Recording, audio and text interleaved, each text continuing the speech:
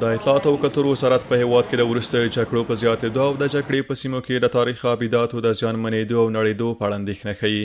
دغه وزارت سرپرست محمد قاسم وفایي زاده نن یوه خبري کنفرانس ته وویل تاریخي ابدات افغانستان د سلګونو کلونو د تمدن او کلتور ښکارندویي کوي چې له بدمرغه د وروستیو جګړو له امله یې ډېری له جدي خطر سره مخ شوي دي.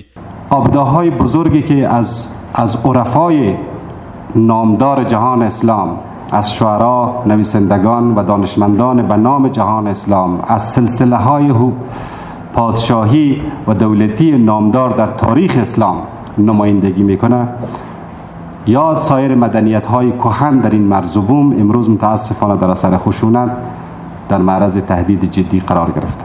وفایي زاده وایي چې دلته له روانې جګړې نور هیوادونه ګټه اخلي او ډېری فرصت طلبه کړۍ له روان وضعیت څخه په استفادې هڅه کوي چې دغه ابدات ونړوي او یا یې له منځه یوسي.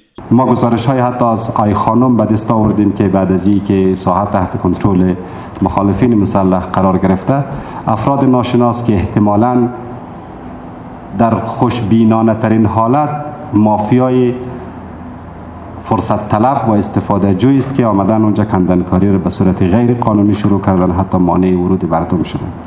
د اطلاعات او کلتور وزارت په خبره په دې وروستیو کې د هیواد په بېلابېلو ولایتونو کې په سلګونو تاریخي ابدات افغان دولت له کنټروله وتلي چې دغه وزارت یې په اړه اندېښمن دی. د کلتور وزارت زیاتوي چې د ډېریو هغو ابداتو د بیا رغونې کارونه هم د جګړې له امله په ټپه ولاړ دي چې دغه وزارت له لوري په وروستیو کې د بیا رغونې چارې پیل شوې وې. د شاه حسین هوتک دربار د نارنج ماڼۍ د حفریاتو ترمیم چارې تازه جګړې درولې.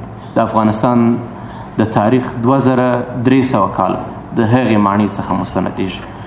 دغه راز د میرویس نیکه د افغانستان د ژغورونکي د کلا د ترمیم چارې دغه جګړې درولې. دغه وزارت چارواکي همدارا زیاتوي چې په ډېرو هغو سیمو کې چې د افغان دولت له کنټروله وتلي دي او اوس طالبان پرې تسلط لري د ځایي رسنیو فعالیتونه هم درېدلي دي. دوی زیاتوي چې له یادو ځینو رسنیو یې طالبانو د شریعت غږ راډیو نشرات پیل کړي او ډېری ښځینه خبریالانې له دندو منع شوي دي.